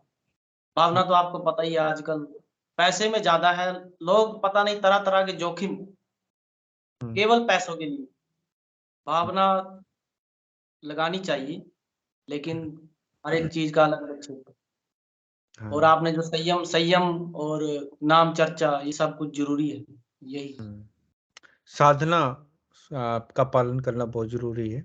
कोई भी मतलब कहीं भी आप चाहे आपको कोई आईएएस अफसर लगना है तो आपको पहले यूपीएससी का एग्जाम तो क्लियर करना पड़ेगा ना, तो उसके लिए फिर पढ़ाई तो करनी पड़ेगी। आईएलटीएस का एग्जाम करना है तो आपको आईएलटीएस की कोचिंग तो लेनी पड़ेगी ना, तो उसका एडमिशन लेना पड़ेगा, पढ़ना पड़ेगा। तो इसीलिए जब हम भक्ति के मार्ग पढ़ते हैं तो एक साधना है, उस साधना का हमें पालन करना जरूरी है ना। भगवत गीता के बारे में बहुत अच्छा बताया आपने कि भगवत गीता से ही बहुत कुछ सीख सकता है इंसान, सब कुछ। क्योंकि भगवत गीता को बताया गया है कि जीवन जीने का मैनुअल होता है ना, जैसे मैनुअल है। भगवान ने इसमें सब कुछ चर्चा की है, योग की, कर्म की, समय की, भगवान ने अपनी जीव की, है ना, सब चीजों की चर्चा है भगवत गीता में। लेकिन इंसान जब तक मानता नहीं, जब तक वो अपने प्रयास कर करके थक नहीं जाता ना, जब तक उसका मन जो है चंचल रहता ही है कि नहीं इसमें है उसमें है, वो आगे से आगे। लेकिन जब उसको पता लग जाता है कि हाँ जैसे बीमारी आ गई या धन की हानि होगी, बहुत ज्यादा क्षतिग्रस्त हो गई, तब उसको एकदम भगवान याद आ जाता है, एकदम एक कहते क्षण हैं ना, में। ये कहा जाता है कि भगवान की लाठी में आवाज नहीं होती। हाँ जी। अब आप ये लगा लीजिए जैसे कोई नई गाड़ी लेता है तो उसपे चलो सब करते हैं, लेकिन अगर उसके दुर्घटनाग्रस्त हो गई तो बस एकदम से याद करेगा भाई आज क्या वार था, क्या हुआ आज मेरे साथ, क्यों मुझसे कोई नाराज हो गया, फिर उसके भावना जाती है। हाँ, जब तक ठोकर ना लगे तब तक समझ में नहीं आता है। हाँ जी। क्योंकि कलयुग में बताया गया है कि हम श्रीमद् भागवतम में है, ये पहले स्कंद में ही, जो कलयुग के प्राणी है वो मंद सुमंद भाग्य। एक तो बुद्धि मंद है कलयुग के प्राणों की, मंद सुमंद भाग्य, और उनका भाग्य भी सुमंद है, मतलब भाग्य भी दुर्भाग्य है। हाँ जी। तो एक तो दिमाग में नहीं बढ़ता कुछ, ऊपर से भाग्य भी दुर्भाग्य है। तो इसलिए संग जो आपने कहा ना, सबसे पहला पॉइंट, संग को बहुत जरूरी है। अगर भक्तों का संग करेंगे, सत्संग का संग करेंगे, तो हमें इन चीजों पर बार बार बार बार हमारे मन पे चोट लगेगी, है ना। अगर कोई कामयाब हो जाए किसी भी क्षेत्र में तो सबसे पहले अपनी पीठ थपथपाएगा, वो कभी ये नहीं कहेगा कि मैं उसके कारण हुआ, या अपनी अपनी दिखाएगा कि मेरे में प्रतिभा है। लेकिन अगर कुछ नुकसान हो गया तो भाई मेरा किस्मत ये है वो है, तब वो दूसरे क्षेत्र में जाता है, कहते हैं ना conscious mind and conscious mind, फिर दोनों में जाता है वो। हाँ, अभी जैसे बरसात हुई, बहुत सारी फसलें खराब हो गई, बिल्कुल बिल्कुल लेकिन आपने देखा होगा कि कोई लोग, सभी ने ये नहीं कहा, कोई होगा बिरला जिसने कहा भी होगा कि जैसी भगवान की इच्छा, वैसी मतलब संतुष्टि। लेकिन सभी ने ये कहा कि ये क्या कर दिया, देखो भगवान ने हमारा नुकसान कर दिया, भगवान को ब्लेम करेंगे, भगवान ने कर दिया सारा कुछ। वो जो फ्यूचर से इच्छाएं जो अभी कनेक्टेड है ना, तो वो उसमें दुख पहुंचाती है ना, क्योंकि ये अपेक्षा है। अगर संतुष्टि होती तो भगवान का छोड़ा होता, भावना होती भगवान के प्रति, वो कट ऑफ है, तो उसी से साफ पता लग जाता है, विचलित हो जाता है ना, क्योंकि है ही नहीं कनेक्टेड भगवान संतुष्टि, से। संतुष्टि नहीं, संतुष्टि नहीं, संतुष्टि नहीं, कनेक्टेड नहीं है यहाँ ये। क्योंकि सुख तो अंदर से आता है ना। जब तक हाँ, संतुष्ट नहीं है तो सुख कहाँ से आएगा। सबसे पहले तो संतुष्ट होना सीखना पड़ेगा हमें, तब जाके हैप्पीनेस, असली जो सुख है उसका अनुभव होता है। बिल्कुल सही, सत्य वचन। बहुत अच्छा लगा। हरे कृष्णा। हरे कृष्ण। हरे कृष्णा। ओके, हरे कृष्णा। सुभाष जी, आप हैं वहां पर?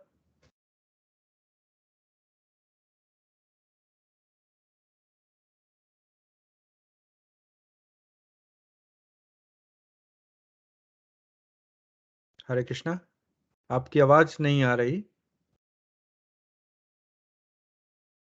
मुझे लगता है उनका कनेक्शन थोड़ा सा खराब है, वो बता रहे थे, तो शायद।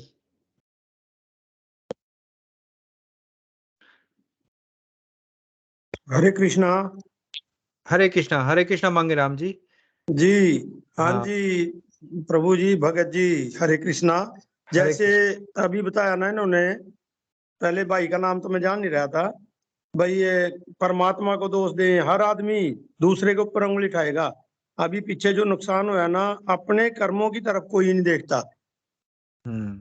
कि मैं अच्छा कर रहा, बुरा कर रहा, क्या कर रहा, लेकिन वो परमात्मा को दोष देने में 99% लोग क्या 100% उसी को दोष दे।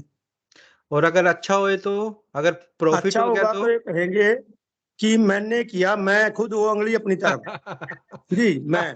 अब आज जब सत्संग शुरू हुआ ना, तो ये दास भी खेत में था, बाग में उस टाइम अमरूदों के। मैं उस टाइम तुरंत जुड़ नहीं, मेरे साथ 2-3 आदमी थे वहां, कोई बाहर से आए हुए थे, तो मैं फिर बाद में आन के फिर जुड़ा, अड्डे के ऊपर आन के बाद में जुड़ा था थोड़ा लेट। ठीक है। मैं उस टाइम ये था, लेकिन हाँ ये चीजें कहीं मैं सुन रहा आपकी, अगर इंसान कोई है, चाहे नौकर है, किसान है, कोई है, छोटा है, बड़ा है, आज के टाइम में जिसने अपने मन के ऊपर कंट्रोल, काम, क्रोध, लोभ, मोह, अहंकार, अगर इनमें से 4 के ऊपर भी किसी ने विजय प्राप्त कर ली, तो समझो कि उसको ज्ञान की प्राप्ति है। ज्ञान क्या है ये तो अब आप जाना जी, मैं तो इतना ज्यादा जानने वाला नहीं, लेकिन वो परमात्मा का मिलने वाला एक, जिसको कहेंगे शुभ चिन्ह या कुछ भी कहो उसको, परमात्मा के नजदीक जाने वाला इंसान है वो, बस। हाँ, और जो आदमी के ऊपर कंट्रोल कर, मेन तो मन की बात है ना, कि मन के जीत्या जीत। और इंसान के आगे ऐसी कोई चीज नहीं जिसके ऊपर वो कंट्रोल ना कर सके, लेकिन दिल के अंदर जिसके कुछ है। मैं वही बात आपसे कह रहा, मैं लगन थी, खेत में था, अमरूद में था उस टाइम, बाग में 3 आदमी थे हम, तो वहां मैं जुड़ नहीं पा सका, उनको नहीं कहा भी 1-2 को मेरे को इसमें जोड़ दो, मेरे पास जल्दी होता नहीं इतना। वहां से दौड़ा, वो मोटरसाइकिल पे निकल के मैं फिर अड्डे पे आया, अड्डे पे आने के मैंने किसी से जुड़वाया एकदम। ठीक। वहां से मैं पैदल कर आया था फिर। नहीं, बहुत अच्छी बात है कि यही मैंने उनको, हम यही डिस्कस कर रहे थे कि अगर मन में हमारे लगन है कि हमने सत्संग में जुड़ना है ना, भक्तों का संग करना है, तो उससे अच्छी बात कोई नहीं है। क्योंकि अगर हमारे मन के अंदर सच्ची लगन है ना, मैं चाहे धूम में भी, खेत में भी खड़ा हूं, तो अगर हम दिल से परमात्मा की तरफ अगर हम 1 कदम चलेंगे तो उसको 10 कदम आना पड़ेगा, अगर लेकिन सच्ची आत्मा से। ये तो है। हाँ जी। भगवान कहते हैं कि भगवान तो प्रतीक्षा में बैठे हैं कि कब हम उनकी तरफ अपना मुंह करें। आता है वो, जब कोई बुलाता है, जैसे अभी वही बात आपके सत्संग की, मीराबाई ने उसको जब, या द्रौपदी जी ने जब उसको सच्चे दिल से, पहले कितनों को पुकारा था, लेकिन मन की आवाज जब हमारे, वही आपके सत्संग मन की अगर हमारी आत्मा से निकलेगी प्रभु के प्रति, तो हमारे से दूर नहीं है। क्षण में, हर क्षण, हर पल पल पे हमारी खबर हमारे अंदर है वो। हाँ, भगवान, असली बात है भावना की, जैसे हमने डिस्कस किया, कृष्ण भावना अमृत, हमारी भावना भगवान में लगना जरूरी है। जब तक वो भावना हमारी भगवान में नहीं लगेगी, तब तक हम ऐसे ही मन के वश में इधर उधर भटकते रहेंगे। और जैसे ही हमारी भावना भगवान में लग गई, तो मन अपने आप कंट्रोल हो जाता है। फिर इतनी ज्यादा हिमालय में जाकर बैठकर तपस्या करने की जरूरत नहीं, क्योंकि जब हम भगवान में अपनी भावना लगा देते हैं, तो जैसी उसकी मर्जी, फिर तो इंसान को क्या कहते हैं ना, उसको भगवान के बिल्कुल 100% भरोसा हो जाता है उसको, कि जैसा वो करेंगे वो सही ही करेंगे। जैसे होता है ना, किसी को अपने, अब छोटा बच्चा है, मेरा 5 साल का बच्चा है, उसका इतना भरोसा है कि जो मेरे माँ बाप करेंगे वो सही करेंगे, क्योंकि उसको कुछ नहीं पता दुनियादारी का, है ना। जी। हाँ जी। तो ऐसे ही हमें बनना पड़ेगा भगवान की में, जब हमारी भावना लगेगी, कि जब हम उस स्थिति पर पहुंच जाएंगे ना। ये क्यों कहते हैं कि छोटे बच्चे भगवान का रूप होते हैं? हम इसलिए कहते हैं कि जो उनमें इनोसेंस, जो मासूमियत है, वो मासूमियत हमें चाहिए भगवान से डील करने के लिए, भगवान से स्थापित करने के लिए, उनसे संबंध स्थापित करने के लिए, है ना। जैसे अब आप कह रहे, कहीं पहाड़ों में, जंगलों में कहीं समाधि लाने की जरूरत नहीं है इंसान को कहीं भी। राजा जनक को अष्टावक्र ने जूतियों के अंदर दिखाया था। जब उसका मन उधर लगाया, स्थिर किया, पहले वही बात आई आप पढ़ी कि मन, तो फिर तो हमारे पास खुद अपने पास आन के बैठेगा, वो आ पाएगा, गोद में बिठाएगा अपनी। हाँ, क्योंकि हमारा जब आपका जैसे मन है, सत्संग भी मेरे को मन, आपके मन में था कि मुझे सत्संग में जुड़ना है, और आपके पास वो टेक्नोलॉजी इतनी नहीं आती, फिर भी आप वहां से भागे और घर की तरफ आए ताकि मैं किसी से जुड़वा लूं, फिर आपने उसको ऑनलाइन क्लास में जुड़े, है ना। तो ये यहाँ हम देख सकते हैं कि मन मित्र का काम कर रहा है ना। आप तो समझते हैं, आप तो खेती बाड़ी करते हैं, आपको पता है कि 2 तरह के कीट होते हैं, तो मित्र कीट और एक शत्रु कीट, है ना। ऐसे ही जब हमारा जो मन है वो मित्र का काम भी करता है और शत्रु का भी काम करता है। वो शत्रु का काम कब करता है? जब आप सोचते होंगे कि चलो ठीक है, आज का तो सत्संग चला गया, फिर अगले बार देख लेंगे, तो वो शत्रु का काम करता है।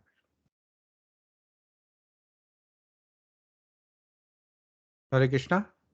हरे कृष्णा जी, हरे कृष्णा। हाँ, ठीक। हरे चलो, अब फिर भी बातचीत करेंगे इसके बारे में।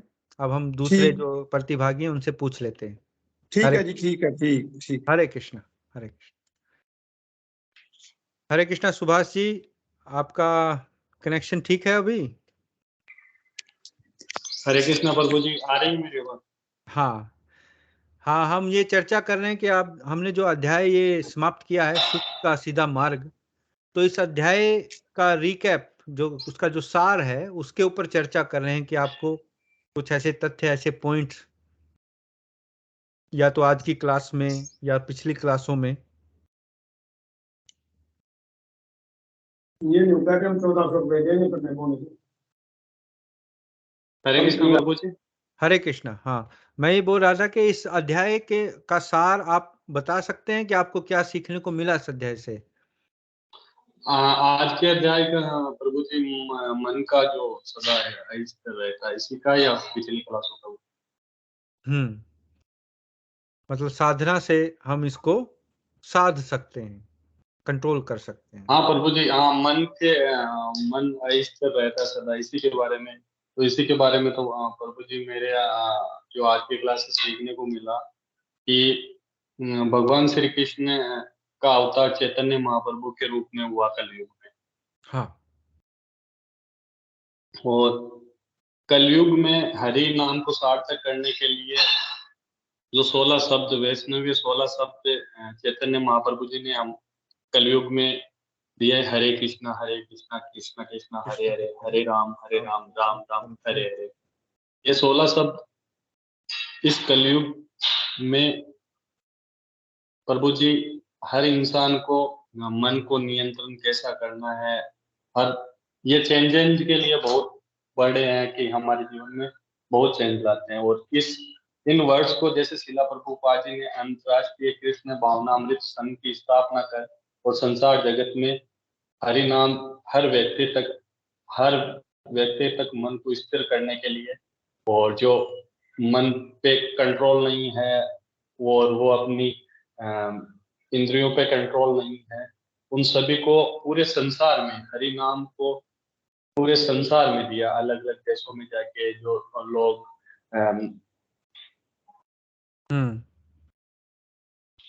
कि वो टेम्पोरली एंजॉयमेंट के लिए चाहे नशे में है या अलग अलग शराब का सेवन करते हैं, मांस का सेवन करते हैं, उनमें चेंजेस लाना और भगवान का एक संग बनाना। और ये इस कलयुग में मन हरि नाम से जो मन पे नियंत्रण है, तो स्थिर मन है, ये सबसे बड़ा शिला प्रभुपाद जी ने एक संग बना के सभी को संसार में दिया, यही प्रभु जी था। और एक जो आपने प्रभु जी एक बताया कि होता रहता है, तो अपने एक कार्तिक मास में हम, आपने जैसे वो एक कहानी सुनाई भगवान श्री कृष्ण की कि वो 1 इंच कमी वाली, थोड़ी सी मैं आपको याद दिला देता हूँ कि 1 इंच कमी तो कहीं ना कहीं रह ही जाती है। जैसे भगवान बालक में वो माखन की मटकी फोड़ देती है, तो मैया इसमें बांधती है, वो रस्सी अपूर्ण रहती है, वो रस्सी खत्म में गांठ नहीं लगती है, वो छोटी पड़ती ही जाती है। तो वो वाली बात है। 100% तो प्रभु जी कहीं ना कहीं होता ही रहता है, लेकिन 99% लोगों के जीवन में चेंजेस आ जाते हैं, और ये हरि नाम के नाम से और कृष्ण भावना अमृत संघ के वो जो कमी रहती है सुभाष जी, वो हमारी तरफ से कमी रहती है, भगवान की तरफ से कमी नहीं रहती। वो तो है ही प्रभु जी, कहीं ना कहीं हाँ। वो हम चाहते हैं ऐसे हो जाए वैसे हो जाए, लेकिन भगवान है वो भगवान पे छोड़ना चाहिए। प्रभु जी की जो होगा वो देखा जाएगा। वो कमी तो होती है कि अपन चाहते हैं कि हमारे पे जो हम सोचे वैसे ही भगवान को कह दिया, भगवान ऐसे ऐसे करते, तो प्रभु जी भगवान भी नहीं कर पाता। भगवान हमारे जीवन को अच्छा सुधार सकता है, लेकिन हम जैसे चाहे भगवान को अपने वश में लाना, अपने कंट्रोल में लाना, वो कभी नहीं हो सकता। कि एक भक्त चाहे भगवान मेरा ये करते वो करते, तो हमारा खुद का ही मन भगवान के प्रति मन पे कंट्रोल नहीं होगा। हम नहीं देखो, भगवान से कितनी अपेक्षा है। भगवान तो सब कुछ कर सकते हैं, ऐसी बात नहीं है कि भगवान नहीं कर सकते। और जो भगवान के शुद्ध भक्त होते हैं, भगवान उनके कंट्रोल में होते हैं। ये जैसे शिला प्रभुपाद थे, वो शुद्ध भक्त हैं। प्रहलाद महाराज जी शुद्ध भक्त हैं, है ना। ध्रुव महाराज जी शुद्ध भक्त हैं। तो भगवान जो श्रीमद् भागवतम में कहते हैं कि वो अपने भक्तों के अधीन है। तो इसका मतलब ये हुआ कि जब हम कहते हैं ना कि कमी रह जाती है 2 इंच की या 2 उंगल की, वो हमारी तरफ से कमी इसलिए रहती है कि कहीं ना कहीं हमारे अंदर भोग करने की इच्छा बनी रहती है। जब तक वो इच्छा समाप्त नहीं होती, तब तक हम भगवान की शुद्ध जो भक्ति है उसको प्राप्त नहीं कर सकते। तो हमें अपने ऊपर वर्क करना पड़ेगा। वो वर्क कैसे होता है? जैसे कोई साधना का हम पालन करते हैं, है ना। जैसे मंत्र जाप का साधना है, और भक्ति की जो कृष्ण भावनामृत संघ जो है, ये भक्ति की जो पूरी प्रक्रिया है उसका हम पालन। उस प्रक्रिया में क्या आता है? शिला प्रभुपाद की जो किताबें हैं उनको पढ़ना, भगवत गीता को पढ़ना, श्रीमद् भागवतम को पढ़ना, भक्तों का संग करना, लेक्चर सुनना, हरे कृष्णा का कीर्तन करना, प्रसाद का वितरण करना, भगवान को प्रसाद का भोग लगाना, अपने 16 राउंड करने। तो ऐसे की पूरी प्रक्रिया है। जब इस प्रक्रिया का हम पालन करते हैं, तब हमें धीरे धीरे धीरे धीरे पता लगता है कि हमारा मन कितना विचलित है और कैसे हमारे मन में इच्छाएं भरी पड़ी हैं भोग करने की, है ना। तो फिर उनकी शुद्धता धीरे धीरे होती। इसलिए हमें लगता है कि कमी रह गई, कि कमी हो गई, है ना। जी प्रभु। ठीक, चलो बढ़िया। आपने कुछ शेयर किया, आपकी रियलाइजेशन। बहुत बहुत धन्यवाद।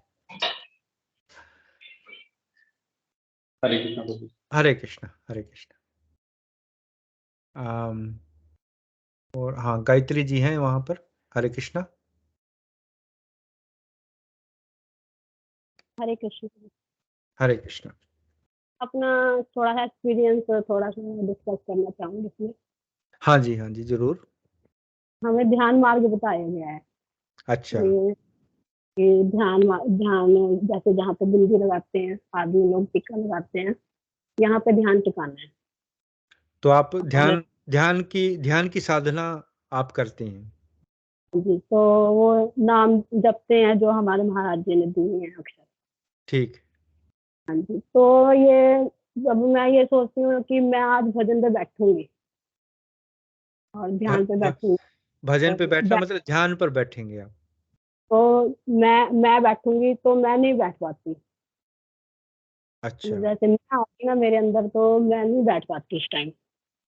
हाँ, जब महाराज की इच्छा होती है फिर अपने आप बिठा लेते हैं, जबकि मेरे को चौकड़ी मारने में भी दिक्कत है, गोडों में गैप है, तो और बहुत सी प्रॉब्लम्स हैं। लेकिन जब महाराज में बिठाना होता है तो बिठा भी लेते हैं, और उसके बाद ऐसा मन हल्का, सिर हल्का, मतलब टेंशन होते हुए भी वो हावी नहीं हो पाती। अच्छा, मैं तो मतलब शारीरिक परेशानियों से आप ध्यान पर नहीं बैठ पाते हैं? हाँ, नहीं बैठ तो जैसे मतलब मेरा कहने का कि मैं बोलती हूँ कि मैंने करना है, तो मैं नहीं कर पाती, किसी भी हालत में नहीं कर पाती। जब मैं परमात्मा के ऊपर छोड़ देती हूँ कि करवा लो आप, अच्छा, तब हो जाती है।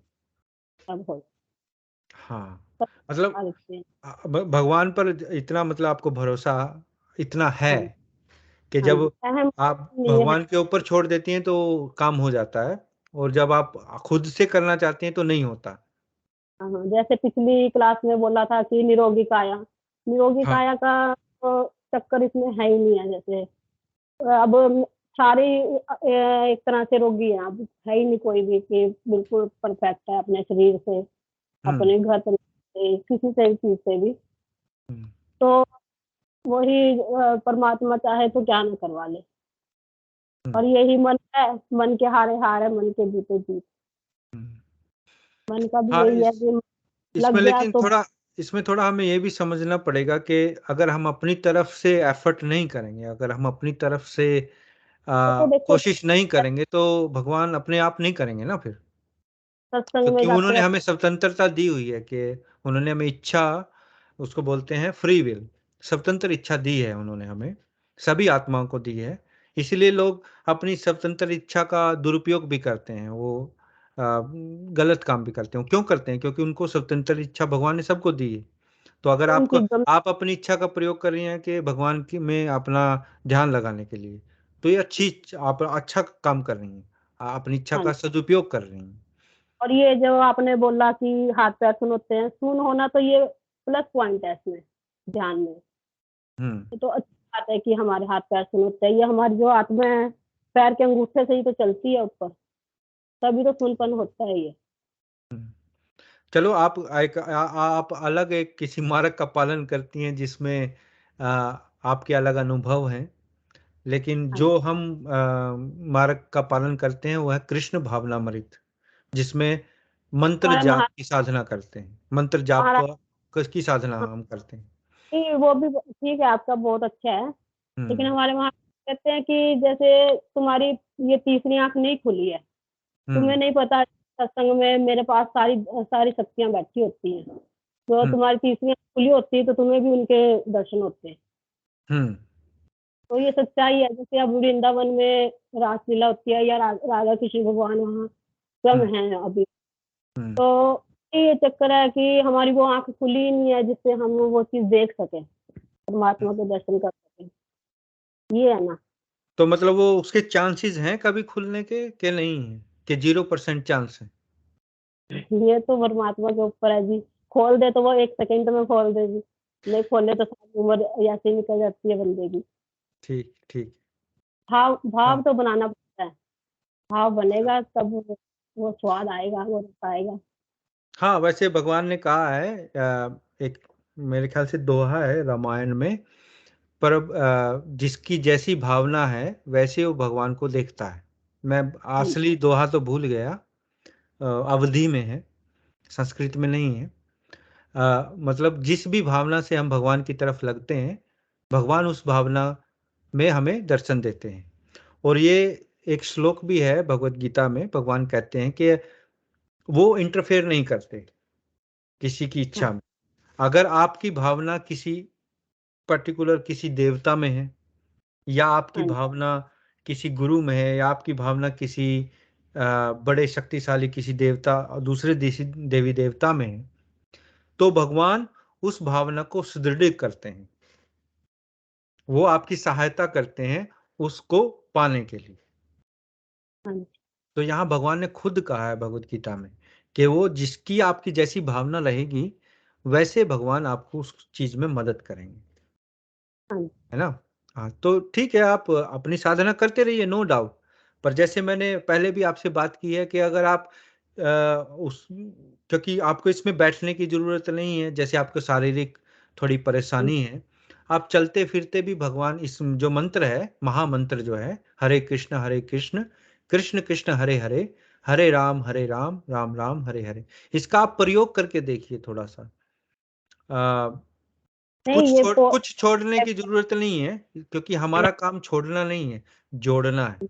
कुछ नहीं छोड़ना है, जो आप साधना करती हैं वो करते रहिए, सब कुछ वैसे ही करते रहिए जैसे होता है। बस सिर्फ इसका प्रयोग करिए, थोड़ा मंत्र का जाप करके देखिए कि कैसा लगता है, कैसा इसका रिजल्ट आता है आपको। बहुत अच्छा है जी, मैंने करा हुआ है इसका भी। आपने अच्छा, किया है?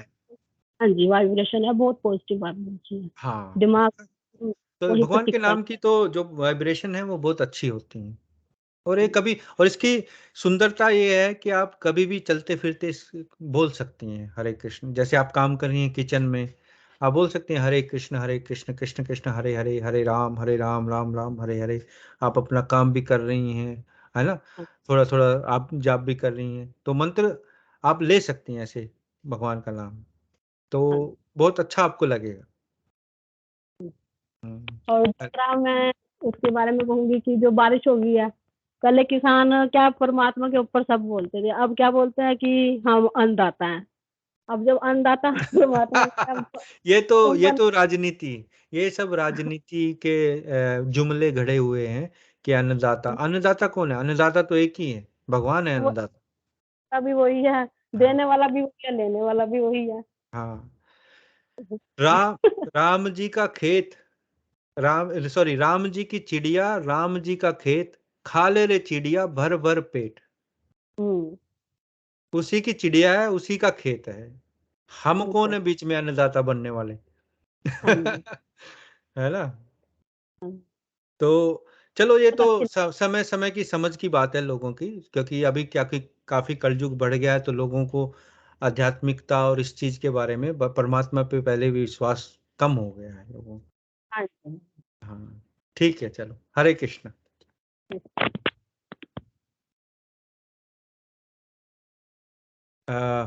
अशोक जी, मुझे लगता है शायद आप काम पे होंगे।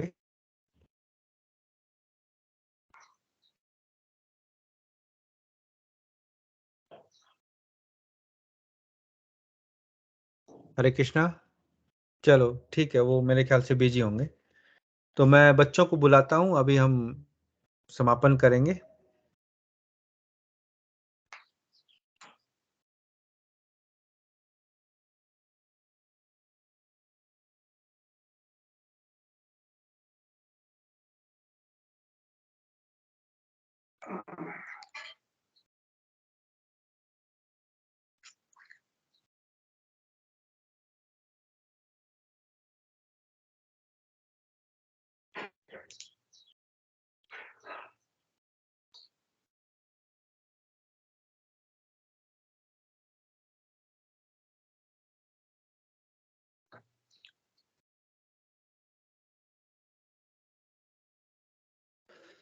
Hare Krishna. Louder, louder. Hare Krishna. Hare Krishna. Start. Maharaj, Maharaj, please hear us. Maharaj, Maharaj, please hear us. We have learned some real good stuff. We have learned some real good stuff. Maharaj, we have learned one thing. Maharaj, we have learned one thing. And today for you we will sing. And today for you we will sing. And if our room is clean. इसको बंद कर. If our room is clean, then our mind is clean. If our mind is clean. If our mind is clean, we can do anything. I can do anything. If our room is dirty. If our room is dirty, then so are we. Then so are we. But if we are dirty. If we are dirty, we're not happy. we're not happy. Wasting time. Wasting time is the greatest crime. is the greatest crime. Because wasted time. Because wasted time means a wasted mind. means a wasted mind. So best is your time. So best use your time when you're in your prime. when you are in your prime. In your whole life. And your whole life will be sublime. Will be sublime. If your wealth is gone. If your wealth is gone. Then there is nothing wrong. Then there is nothing wrong. But if your health is gone. If your health is gone. Then that's a different song. That's a different song. If your character dies. If your character dies. Then the world will cry. Then the world will cry. Only saintly behavior. Only saintly behavior. That's humanity thrive. Lets humanity thrive. Hare Krishna, Hare Krishna, Krishna Krishna, Hare Hare, Hare Rama, Hare Rama, Rama Rama, Hare Hare. Hare Krishna, Hare Krishna, Krishna Krishna, Hare Hare, Hare Rama, Hare Rama, Rama Rama, Hare Hare. We must always remember Krishna. We must always remember Krishna And never forget him too. and never forget him too. But how are we to practice this with so many things to do? But how are we to practice this with so many things to do? That is the greatest question. That is the greatest question. And here's the greatest clue. And here is the greatest clue. You must learn to work so nicely that Krishna remembers you. You must learn to work so nicely that Krishna remembers you. So listen very closely. So listen very closely And make your thinking sharp. and make your thinking sharp. Let's learn how we can live and work so Krishna won't depart. Let's learn how we can live and work so Krishna won't depart. If something due tomorrow, If something's due tomorrow, finish it today. finish it today. Whatever's due today, Whatever's due today, do it now, don't delay. do it now, don't delay. Your friend might be lazy Your friends might be lazy or doing bad things, or doing bad things, but you think again, but you think again, don't follow them, don't follow them, and you will win the end. and you will win the end. And whatever work we're given, Whatever work we're given, we do our really best. we do our very best. We only live with what we need and give Krishna the rest. We only live with what we need and give Krishna the rest. This is how to live, to work and to play. You learn to live this way, you'll see Krishna every day. This is how to live, to work and to play. You learn to live this way, you'll see Krishna every day. When our time is up, he'll take us up above. We'll sing and dance with him with a heart full of love. So when our time is up, he'll take us up above.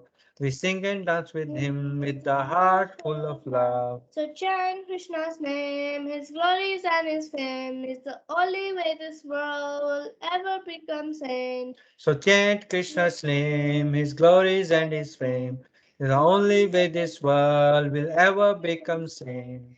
Now please ask this greatest question. Now please ask this greatest question And find this greatest clue. and find this greatest clue. You can only remember Krishna You can only remember Krishna if Krishna remembers you. if Krishna remembers you. Hare Krishna, Hare Krishna, Krishna Krishna, Hare Hare, Hare Rama, Hare Rama, Rama Rama, Hare Hare.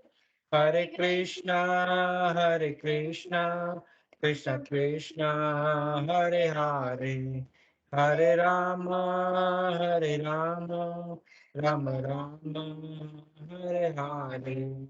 जय his holiness Mahavishnu Goswami महाराज की जय, जगत गुरु श्रील प्रभुपाद की जय, नित्य गौर प्रेमानंदे हरि हरि बोल। नमो अष्टपदाय कृष्ण प्रस्ताय भूतले श्रीमती माष्टु गोस्वामी नम। नमो अष्टपदाय कृष्ण प्रस्ताय भूतले श्रीमती भक्तिवेदांत स्वामी नम। नमस्ते सरस्वती देव गौरवाणी प्रचारणे निर्विशेष पाश्चात्य देश। जय श्रील गुरुदेव की जय, श्रील प्रभुपाद की जय।